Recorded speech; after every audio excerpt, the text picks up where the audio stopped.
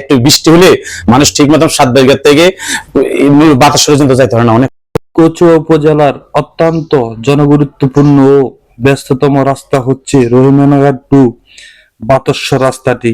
দীর্ঘদিন থেকে চলাচল অযোগ্য হয়ে পড়েছিল এই রাস্তাটি।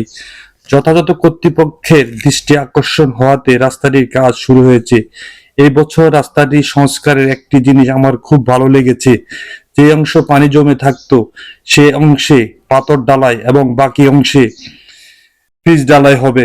অত্যন্ত ভালোভাবে কাজ চলছে।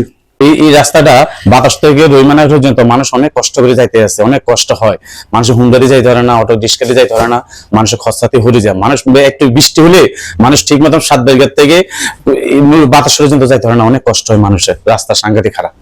রাস্তাটা হইলে আপনাদের সবাই চলাচল ইনশাআল্লাহ রাস্তাটা হইলে যদি কারো সাঁদা মুদা না দেয়, রাস্তাটা ঠিক মতন যদি করে, রাস্তাটা চলাচলের বাতাসর 1 বিঘা, নূরপুর মানুষ চলাচলের 7 বিঘা মানুষ চলাচল অনেক শান্তি হবে। ধন্যবাদ আপনাকে।